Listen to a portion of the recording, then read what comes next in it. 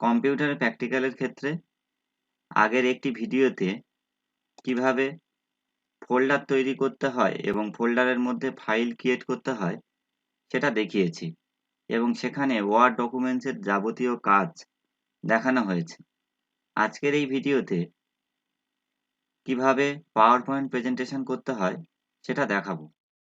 Power point presentation করার জন্য যে ফোল্ডারটি ক্রিয়েট করেছিলাম সেই ফোল্ডারটি আমরা ওপেন করে নেব। তারপরে ফোল্ডারের মধ্যে পাওয়ার পয়েন্ট প্রেজেন্টেশনের একটি ফাইল ক্রিয়েট করতে হবে। পাওয়ার পয়েন্টের ফাইলটি ক্রিয়েট করার জন্য মাউসের ডান দিকের বাটনটি ক্লিক করতে হবে। তারপর নিউ অপশানে গিয়ে Microsoft office power point presentation এই অপশানটিতে লেফট ক্লিক করলে পাওয়ার পয়েন্টের ফাইলটি তৈরি হয়ে যাবে এবং এখানে আমরা নিজেদের ইচ্ছামতো একটি নাম দিয়ে দিতে পারি। আমি এখানে পাওয়ার পয়েন্ট প্রেজেন্টেশন নামটি ব্যবহার করছি। পাওয়ার পয়েন্ট প্রেজেন্টেশনের ফাইলটি তৈরি হলে আমরা প্রথমে এটা ওপেন করে নেব। ওপেন করার জন্য এই ফাইলের উপরে মাউসটি রেখে রাইট ক্লিক করলে ওপেন অপশান পাবো, বা দুবার লেফট ক্লিক করলে আমরা ফাইলটি ওপেন করতে পারবো। ফাইলটি ওপেন করার পর এই রকম ব্ল্যাঙ্ক একটি অপশান দেখাবে। এখানে কোনো স্লাইড শো করবে না। আমাদের প্রথম কাজ হলো এখানে নতুন স্লাইড তৈরি করা। নতুন স্লাইড তৈরি করার জন্য বা নিউ স্লাইড তৈরি করার জন্য আমরা হোম মেনু থেকে নিউ স্লাইড অপশানে ক্লিক করব। অর্থাৎ হোম মেনুতে থাকাকালীন নিউ স্লাইডে ক্লিক করব। নিউ স্লাইডে ক্লিক করলে এখানে একটি নতুন স্লাইড ক্রিয়েট হয়ে যাবে। তাছাড়া আরও স্লাইড নিতে হলে আমরা নিউ স্লাইড অপশানে ক্লিক করে এগিয়ে যাব, বা শর্টকাট কি কন্ট্রোল-M ক্লিক করলে এখানে আরও নতুন স্লাইড তৈরি হবে। এখানে শর্টকাট বা আমরা এখানে নিউ স্লাইডের উপর ক্লিক করে করে আমরা আরও কিছু স্লাইড নিতে পারি। এখানে আমি 5টি স্লাইডে দেখাবো, যেটা আমাদের কম্পিউটার প্র্যাকটিক্যালে বিশেষ করে কাজে লাগে। এখানে 5টা স্লাইড তৈরি হয়ে গেছে। এই 5টা স্লাইডে আমরা কি লিখব সেটা এখন আমরা দেখব। তার জন্য আমরা ওয়ার্ড ফাইলে ফিরে যাব, বা কোনো প্যারাগ্রাফ থেকে কিভাবে পাওয়ার পয়েন্ট প্রেজেন্টেশন করতে হয় সেটা এখানে দেখাবো। আগের ভিডিওতে আমরা এটা টাইপ করে রেখেছিলাম এবং এখানে বিভিন্ন কাজ করা হয়েছিল। এবার প্যারাগ্রাফটা একটু ভালো করে লক্ষ্য করতে হবে, কারণ প্যারাগ্রাফটা যদি আমরা একবার পড়ে নিতে পারি তাহলে পাওয়ার পয়েন্ট প্রেজেন্টেশন করা খুবই সহজ। প্রথমে আমাদের একটা টাইটেল দিতে হয়। এখানে এডুকেশন বিষয়ে একটা প্যারাগ্রাফ দেয়া রয়েছে এবং সেই প্যারাগ্রাফ থেকে আমরা পাওয়ার পয়েন্টটা করাব। প্রথমে ওয়ার্ড ফাইলটা ওপেন করার পর এটা মিনিমাইজ করব। মিনিমাইজ করলে এই ওয়ার্ড ফাইলটা আমাদের কম্পিউটারের টাস্ক বারে নিচের দিকে শো করবে। এটা মিনিমাইজ করা থাকবে, কারণ আমরা এখান থেকে কপি করে পাওয়ার পয়েন্ট প্রেজেন্টেশনটা করব। তারপরে আমরা পাওয়ার পয়েন্ট প্রেজেন্টেশনটা অন করব নিচের মিনিমাইজ অপশান থেকে। আমরা এখানে 5টা স্লাইড দেখতে পাচ্ছি। মাউসের কার্সারটি আমরা যে স্লাইডের উপর রাখবো সেই স্লাইডটি সিলেক্ট করতে পারব। প্রথমে আমরা এই প্রথম স্লাইডটাতে আমাদের যে কাজগুলো করতে হয় সেটা করে দেখাবো। এখানে দুটো বক্স ওপেন হচ্ছে। একটা বক্স আমরা রাখতে পারি, না হলে একটা ডিলিট করতে পারি। ডিলিট করার জন্য এটা এখান থেকে সিলেক্ট করে ডিলিট বাটনে ক্লিক করলে ডিলিট হয়ে যাবে। এবার আমরা এখানে একটা টাইটেল দেব।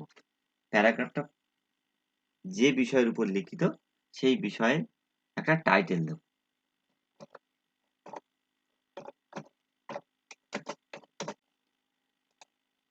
প্যারাগ্রাফ অনুযায়ী আমরা এখানে টাইটেল দেব। এই টাইটেলটি আমরা নিজেদের মতো করে দিতে পারি, তবে সেই টাইটেলটি হবে প্যারাগ্রাফের উপর ভিত্তি করে।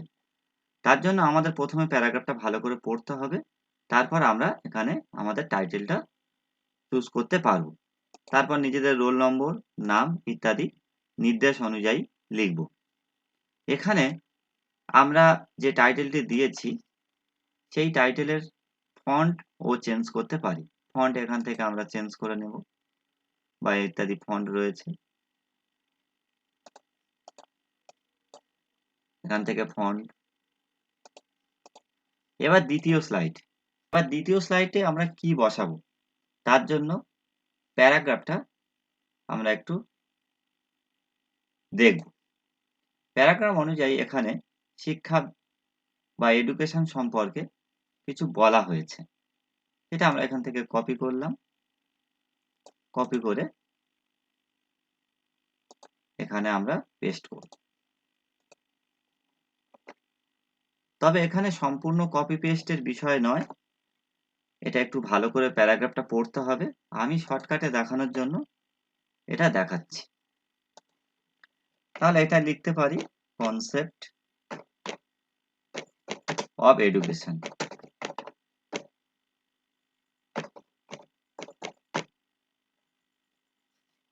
নেক্সট স্লাইডে আমরা এখান থেকে কিছু এডুকেশনের ডেফিনেশন দেখতে পাচ্ছি, সেই ডেফিনেশনগুলো আমরা নেক্সট স্লাইডে দেখাবো।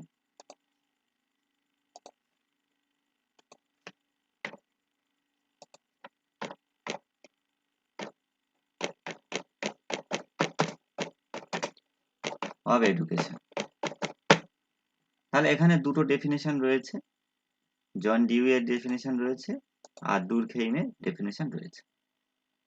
নেক্সট স্লাইডে আমরা প্যারাগ্রাফে দেখব যে এখানে এডুকেশনের কিছু বৈশিষ্ট্য দেয়া রয়েছে, সেই বৈশিষ্ট্য কিছু আমরা এখানে স্লাইডে দেখাবো। যেহেতু এখানে বৈশিষ্ট্য অনেকগুলো রয়েছে, আমরা কম ভাবে দেখাতেও পারি।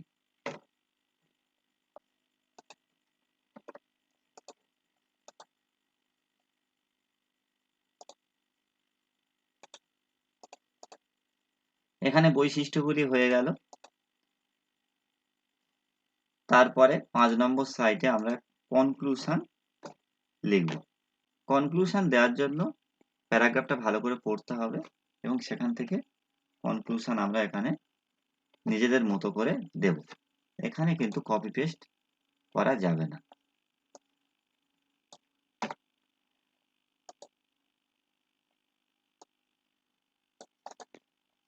এই গেল আমাদের 5টা স্লাইড, আমি শর্টকাটেই দেখালাম। সম্পূর্ণটা নির্ভর করছে প্যারাগ্রাফের উপরে। এবার স্লাইডটা একটু আমরা কালারফুল করতে পারি। কালারফুল করার জন্য আমরা এখানে কুইক স্টাইল থেকে কালার করা যায়, বা আরো অন্যান্য কালার অপশন থাকে। আমি কুইক স্টাইলটা এখান থেকে দেখাচ্ছি। কুইক স্টাইলে এখান থেকে আমাদের পছন্দ মতো কালার নির্বাচন করতে পারবো। তারপরে নেক্সট স্লাইড, এখানে দুটো অংশ আছে, এর উপর ক্লিক করলে একটা অংশ সিলেক্ট হয়ে যাচ্ছে, এখান থেকে আমরা কালার করে নেব।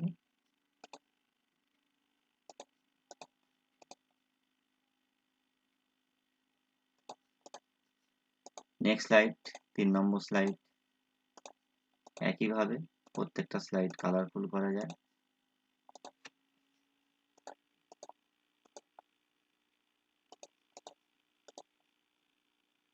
এগুলো আমরা তখনই করব যখন আমাদের সবকটা স্লাইড কমপ্লিট হয়ে যাবে। তারপরে আমরা এখান থেকে আমরা এই কাজগুলো করতে পারি, বা সময় যদি হাতে থাকে এই কাজগুলো আমরা তখনই সুন্দর করে দেখাতে পারি। এই স্লাইডগুলো কালারিং হয়ে গেল। আমরা চাইলে স্টাইল চেঞ্জ করতে পারি। এখান থেকে আমাদের যে স্টাইল রয়েছে তার জন্য স্টাইল চেঞ্জ করার জন্য আগে সিলেক্ট করতে হবে এবং এখান থেকে স্টাইল চেঞ্জ করতে হবে। আমি এখানে শুধু জাস্ট হেডিং এর ফন্ট গুলো চেঞ্জ করে দিচ্ছি।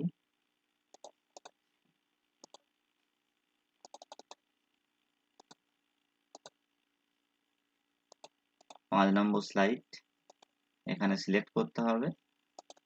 সিলেক্ট করার পরে এইভাবে আমরা আমাদের পাওয়ার পয়েন্ট প্রেজেন্টেশনটাকে ক্রিয়েট করব। এবারে আরো কিছু কাজ থাকে যদি আমরা করতে পারি, তার জন্য এটাকে আমরা একটু অ্যানিমেশন দিতে পারি, বা অনেক ভার্সানের ডিজাইন রয়েছে, অ্যানিমেশন রয়েছে। তারপরে স্লাইড শোটা আমরা আমাদের স্লাইড তৈরি হয়ে গেলে আমরা এখান থেকে স্লাইড শো অপশানে গিয়ে স্লাইডগুলোকে দেখাবো। তার আগে আমরা অ্যানিমেশন দিয়ে দিই। এই অ্যানিমেশন অপশানটি 2010 বা 2016 ভার্সানে অন্যরকম অপশান থাকবে, অ্যানিমেশন বা ট্রান্সমিশন ইত্যাদি অপশান থাকে।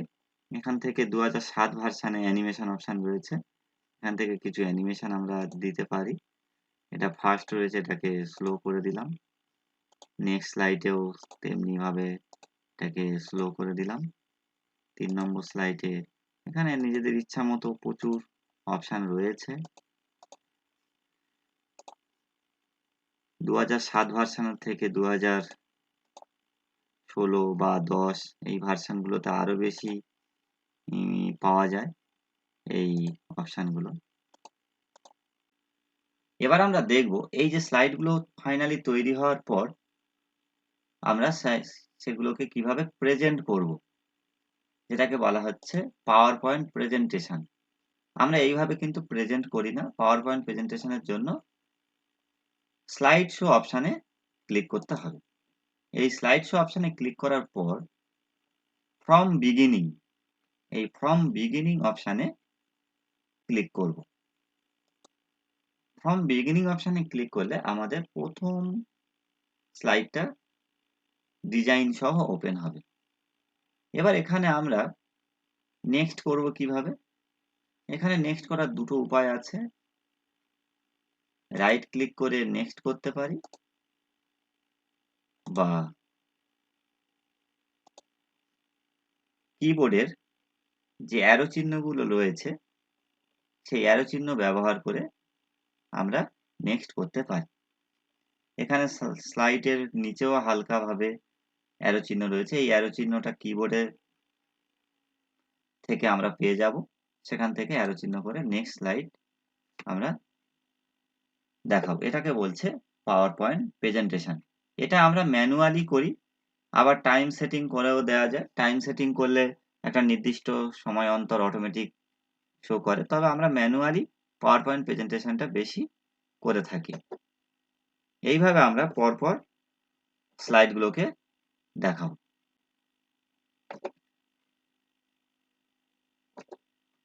এই হলো পাওয়ার পয়েন্ট প্রেজেন্টেশনের বেসিক ধারণা। এর আরো অনেক কাজ রয়েছে, সেগুলো ডিজাইনের পার্টের মধ্যে আছে। এগুলোকে অনেক ডিজাইন করা যায়, শেপ দেওয়া যায়, সেগুলো আমাদের পরে আমরা শিখতে পারবো। এটা শেপ দেওয়ার পর আমরা কেমন হলো আরেকবার দেখবো। স্লাইড শোতে যাব, গিয়ে ফ্রম বিগিনিং শেপ দেওয়ার পরে এইরকম শেপ, সেটা আর একটু ভালো দেখতে হবে।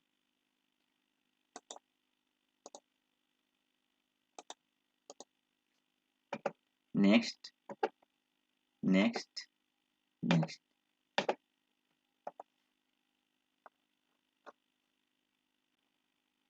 পাওয়ার পয়েন্ট প্রেজেন্টেশন সম্পর্কে যদি কোনো কোশ্চেন থাকে তাহলে তোমরা নিচের কমেন্ট বক্সে কমেন্ট করতে পারো। Thank you.